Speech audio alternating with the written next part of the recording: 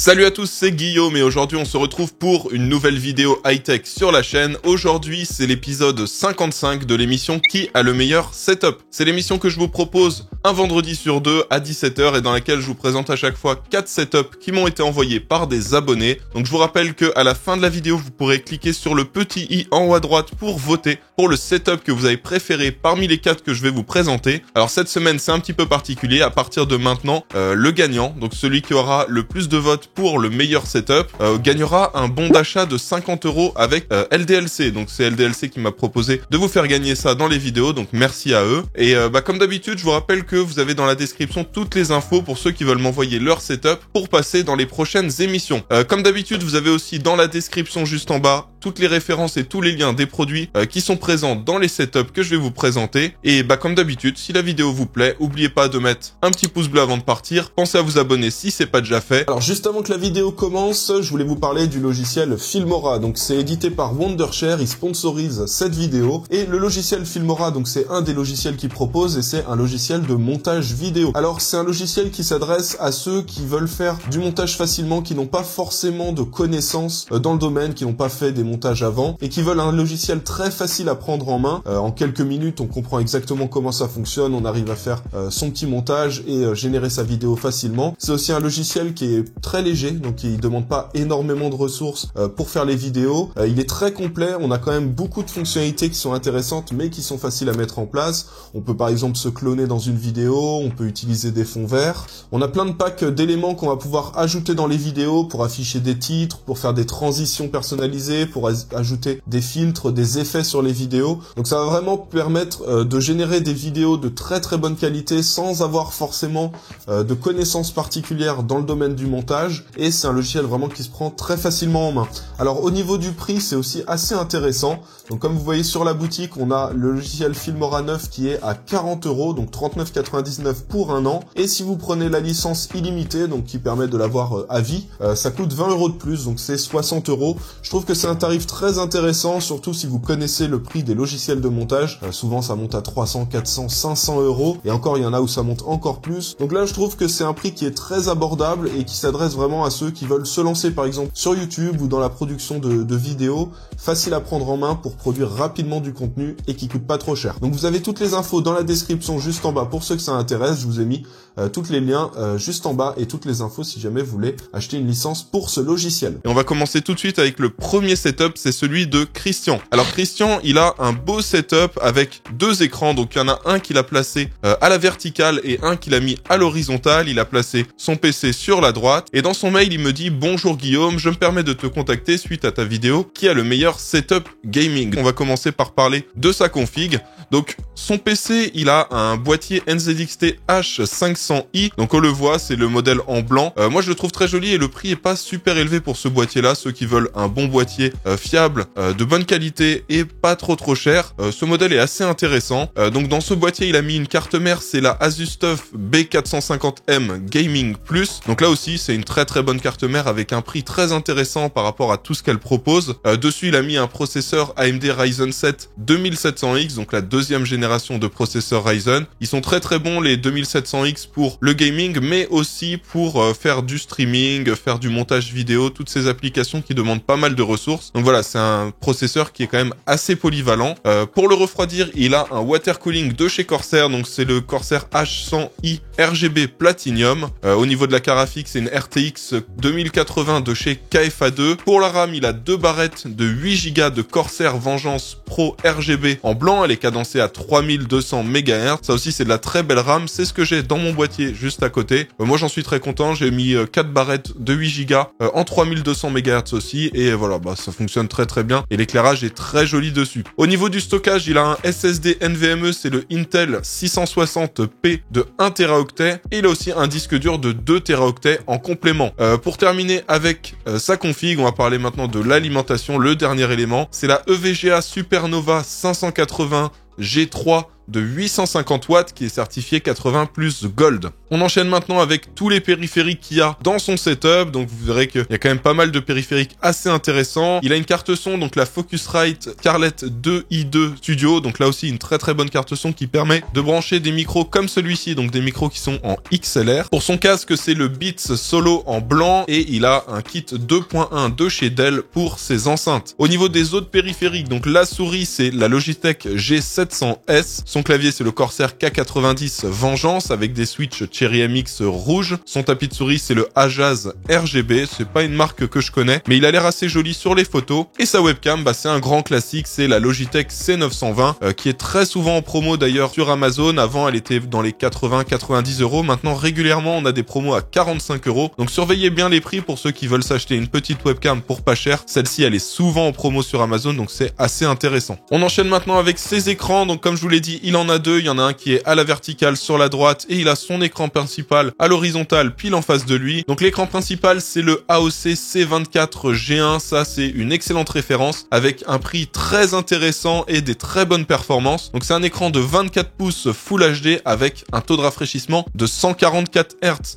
Pour son deuxième écran, là, cette fois-ci, il vient de chez Acer, donc c'est un écran classique de 60 Hz, mais avec une résolution beaucoup plus élevée. C'est un écran Quad HD, donc 2560 par 1440, et il est plus grand aussi, le modèle qu'il a pris, il fait 27 pouces. Alors ensuite, dans son mail, il me dit « J'ai tout acheté les composants début juin 2019 pour jouer à tous les jeux du moment et faire des montages vidéo. » Donc c'est pour ça qu'il a dû prendre le 2700X. Il me dit « Je compte remplacer mon premier écran par un 27 pouces avec une meilleure résolution d'écran. » Alors si tu cherches une bonne référence d'écran, si tu veux du Quad HD 27 pouces, il y a une référence qui est très intéressante, c'est le Asus TUF VG27AQ. Donc celui-là, il est Quad HD, 27 pouces, il a 1 milliseconde de temps de réponse, il a un taux de rafraîchissement de 165 Hz, il est compatible FreeSync et G-Sync, donc avec une carte graphique AMD ou Nvidia, on aura la compatibilité de cet écran, et c'est une dalle IPS, donc avec des belles couleurs. Donc voilà, pour moi, c'est vraiment un excellent écran qui coûte pas si cher que ça par rapport à tout ce qu'il propose. Il vaut 500 €, et puis de temps en temps, il y a des réductions, on arrive à avoir 10, 15, 20% parfois. Donc voilà, une référence très intéressante si tu veux upgrade ton écran. Donc le deuxième setup, c'est celui de David. David, il a un beau setup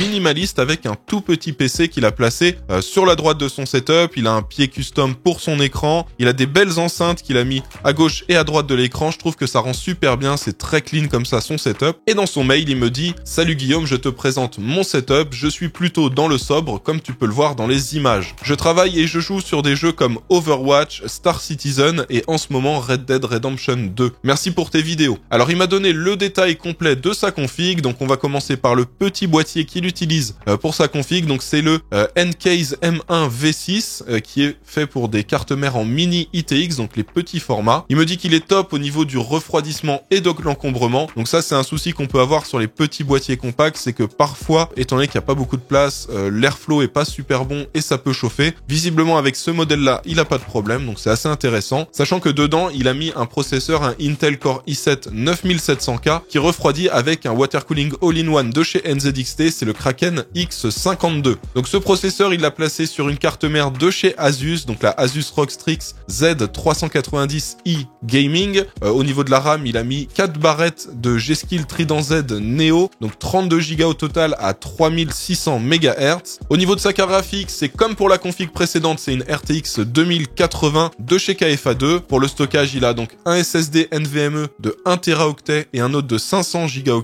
Les deux, c'est des Samsung 970 Evo Plus. Et ensuite, au niveau des périphériques, il a un clavier sans fil, donc le Logitech G915 Lightspeed RGB. Pour sa souris, c'est la Logitech G Pro et son tapis de souris, c'est le Logitech G840 en noir. Alors pour son clavier, il utilise un repose-poignet qui nous vient de la marque Glorious PC. Donc Glorious PC, ils font aussi des souris très intéressantes à 50 ou 60 € qui sont ultra légères. Donc voilà, si jamais vous cherchez une souris ultra légère, Glorious PC, ils en font une qui est très très bien. On enchaîne avec les périphériques avec son micro. Donc le micro qu'il utilise, c'est le Razer Seren X. Donc c'est un micro qui se branche en USB et qu'il a placé sur un bras de chez Rode. Donc le Rode PSA1, c'est exactement le même bras que j'utilise moi pour tenir mon micro. Ensuite, il a a un joystick système de chez Logitech qui lui permet en fait de faire de la simulation de vol. Donc c'est le Logitech X56 Rhino Pro Flight. Il a aussi le Acer Predator XB271 HUB pour son écran. Au niveau des enceintes qu'il a à gauche et à droite, c'est les Edifier E25 HD Luna Eclipse. Donc c'est des très très belles enceintes de bonne qualité qui coûtent un petit peu cher mais qui sont vraiment très jolies dans un setup, et il me semble qu'elles sont aussi dispo en rouge. Donc pour ceux qui se font un setup en rouge, ça peut rendre super bien.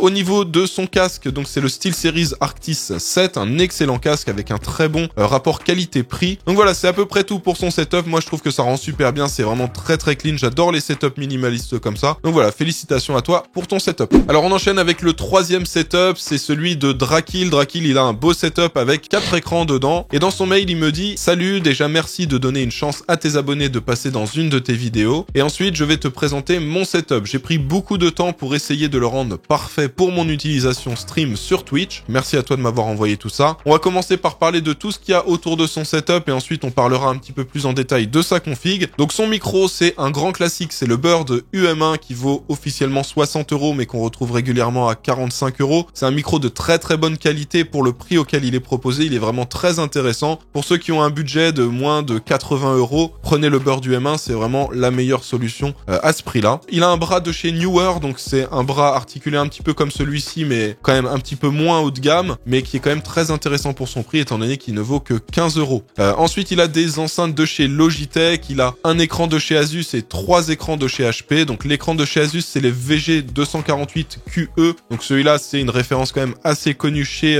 Asus, parce que c'est un écran qui est pas très très cher, mais qui offre de très bonnes performances. C'est un écran 24 pouces Full HD 144 Hz avec 1 milliseconde de temps de réponse. Pour les 3 écrans suivants, donc c'est les HP S2331A. Donc ceux-là, c'est des écrans secondaires assez basiques qu'il utilise, et il les a placés les 4 écrans sur un bras de chez Ergotron qui permet de tenir 4 écrans. Au niveau du périphérique, donc il a un clavier Corsair K68, donc il me dit qu'il le trouve magnifique. Sa souris, ça aussi c'est un grand classique, c'est la Logitech G502 qui est aussi régulièrement en promotion. Ceux qui sont abonnés à la chaîne, vous devez voir régulièrement les petites promos que je vous partage dans l'onglet communauté, parce que régulièrement on arrive à la trouver à 39 €, donc voilà, c'est plutôt cool, parce que c'est vraiment une super bonne souris. Son tapis de souris, c'est le Oki XXL, c'est le tapis de souris que j'utilise au boulot depuis presque 2 ans maintenant. Bon, il a pris du coca, mais il est toujours en très très bon état, donc moi j'en suis très content. Je trouve qu'il est de très bonne qualité par rapport au prix auquel il est proposé. Je crois qu'il est à 15 € ou 20 €, et vraiment à ce prix-là, c'est ultra intéressant. Son casque, c'est le HyperX Cloud 2, donc là aussi un très très bon rapport qualité-prix. Il a des LED qu'il a fabriqué lui-même et qu'il a intégré dans son setup. Il a placé de la mousse acoustique, il trouve que ça isole bien le son. Il a 10 figurines pop, donc 9 petites figurines de Assassin's Creed, et il en a une grosse. Sa webcam, c'est la Logitech C920. Il a 2 gros spots de lumière devant lui, ça lui permet de s'éclairer correctement. Il a un mouse bungee de chez Cooler Master, c'est le modèle Scorpion. Il a aussi le Stream Deck Mini de chez Elgato. Ça, c'est assez pratique quand on fait des streams. Ça permet de programmer des scènes, de passer d'une scène à une autre, de lancer le stream, de l'arrêter, etc. Donc voilà, c'est quand même très pratique, le petit Stream Deck. Il a un siège gaming de chez Noble Chair, donc c'est le modèle Epic, et il en est très content pour son dos. On parle maintenant de sa config. Le boîtier, c'est le NZXT H500i, comme pour la première config, sauf que cette fois-ci, c'est un modèle qui est en noir. Pour son alimentation, c'est la Corsair CS750M, donc une alimentation modulaire de 750 watts certifié 80+ Gold. Au niveau de son processeur, il a pris un Intel Core i7 7700K, un processeur qui date un petit peu mais qui reste quand même très très bon, surtout s'il fait du streaming, ça doit bien se débrouiller pour générer un flux vidéo. Il a placé donc sur une carte mère Asus ROG Strix Z270F Gaming. Pour refroidir son processeur, c'est le Be Quiet Dark Rock Pro 3. Pour la RAM, c'est 2 barrettes de Ripjaws cadencées à 3000 MHz, donc 2 barrettes de 8 Go chacune pour 16 Go au total. Sa carte fixe, c'est la GTX 1060 de chez Asus, donc un modèle ROG Strix avec 6 Go de mémoire vidéo. Il a un disque dur de 2 Teraoctets de chez Western Digital et 2 SSD, donc un de chez Samsung, un 850 EVO de 120 Go et un autre SSD de 500 Go. Donc voilà, on a fait tout le tour de son setup. Donc il a un beau setup avec beaucoup d'écrans, et on comprend pourquoi, étant donné qu'il fait du streaming, on a toujours besoin de plein de fenêtres ouvertes pour voir le chat, pour avoir Discord, pour avoir d'avoir le retour du stream. Donc c'est toujours intéressant d'avoir pas mal d'écrans, la plupart des gens en ont 2, ceux qui peuvent en général en mettre 3. Alors 4, c'est assez rare qu'on voit ça, mais c'est toujours utile d'avoir un écran toujours 2 disponible en plus, étant donné qu'on a déjà un écran qui est utilisé pour le gaming. Donc voilà, félicitations à toi pour ton setup, je trouve que ça rend très bien et ça doit être parfait pour produire le contenu que tu crées sur ta chaîne YouTube et ton compte Twitch. On enchaîne maintenant avec le 4e et dernier setup de cette émission, donc c'est le setup de Canette. Donc dans son mail, il me dit « Salut à toi Guillaume, mon pseudo est Canette et j'ai 23 ans. Je reviens vers toi pour te partager mon setup que je viens de finir, il me reste quelques bricoles, mais bon, ça viendra. J'ai toujours voulu t'envoyer un setup et ça fait un bon moment que je te suis sur ta chaîne YouTube. J'ai pris du temps pour faire ce setup car j'en avais un avant, mais j'avais dû le vendre et je m'en étais lassé, mais un vrai gamer refera toujours surface. Aujourd'hui, mon PC me permet de jouer essentiellement à des jeux du style Rainbow Six Siege, GTA V, Assassin's Creed Odyssey. Je te laisse apprécier ce setup et j'espère que ça va en inspirer plus d'un. Alors on va commencer par parler de sa config. Vous allez voir que moi sa config, ce que j'adore dedans, c'est le boîtier. Donc c'est le Deepcool Matrix 55 RGB. Ce que j'aime bien, c'est donc on a les 3 ventilateurs, mais aussi on a une bande de LED qui est intégrée dessus et je trouve que ça rend super bien comme ça. Le boîtier est assez large, donc on a pas mal de place pour le cable management derrière la carte mère. Et donc dans cette config, il a mis un processeur qu'on voit pas souvent dans les vidéos setup. C'est un Intel Xeon E5 2680. Donc il le refroidit avec un Water Cooling Cooler Master, c'est le Master Liquid ML240 RGB. Il a placé son processeur sur une carte mère de la marque Plex HD. Il me dit c'est une marque chinoise, mais ça fait le boulot pour son processeur, donc ça fonctionne bien pour lui. Il a 32 Go de RAM, mais c'est de la DDR3, donc c'est de la RAM qui date un petit peu, qui est moins efficace que la DDR4 qu'on retrouve aujourd'hui. Mais voilà, si ça lui suffit, tant mieux. Il a un SSD de chez Crucial de 256 Go qu'il utilise pour toutes ses applications. Et en complément de ça, il a un SSD de chez Samsung de 1 Teraoctet cette fois-ci qu'il utilise pour le gaming. En complément de ces deux SSD, il a aussi un disque dur. Donc c'est un disque dur externe de 2 Teraoctets et celui-là, il l'utilise pour stocker toutes ses photos et toutes ses vidéos. Au niveau de la partie graphique, donc pour jouer, il utilise une RTX 2060 de chez KFA2. On enchaîne maintenant avec tous les périphériques qu'il y a dans son setup. Donc son clavier, c'est le Razer Ornata RGB. Sa souris, c'est la Razer Mamba RGB. Il a un casque Corsair Void 7 points Yellow Edition RGB, donc une édition en jaune. Moi, je trouve que ça rend bien comme ça en jaune. Son tapis de souris, c'est le HyperX Large XXL. Il a un écran, donc le MSI Optics Mag 241 CV. Donc là, c'est un écran de 24 pouces Full HD incurvé avec 1 milliseconde de temps de réponse et un taux de rafraîchissement de 144 Hz. Il a un routeur Netgear, c'est le R6250, qui lui permet d'avoir 1,6 gigabits par seconde. Il a un ruban de LED qui fait 5 mètres de long, et son siège, il vient de la marque AK Racing. Donc AK Racing, moi, c'est la marque du siège que j'ai dans mon setup. Ça fait presque 3 ans maintenant que je l'ai, j'en suis très content. Il est encore comme le jour où je l'ai acheté, donc franchement, il s'est pas abîmé avec le temps. Donc ceux qui veulent un bon siège, AK Racing, en tout cas, moi, ce modèle-là, que j'ai payé à peu près 300 €, il est très bien. Voilà, on en arrive à la fin de cette vidéo, j'espère que ça vous a plu. Vous pouvez maintenant cliquer sur le petit i en haut à droite pour voter pour le setup que vous avez préféré parmi les 4 que je vous ai présentés. Comme d'habitude, je vous rappelle que vous avez toutes les infos dans la description pour les produits qui sont dans ces setups, et vous avez aussi toutes les infos pour m'envoyer vos setups si vous voulez passer dans les prochaines émissions de qui a le meilleur setup. J'espère que cette vidéo vous a plu. Si c'est le cas, comme d'hab, n'oubliez pas de mettre un petit pouce bleu, pensez à vous abonner si c'est pas déjà fait, et on se retrouvera dans 2 semaines pour un épisode de qui a le meilleur setup. Allez, à bientôt.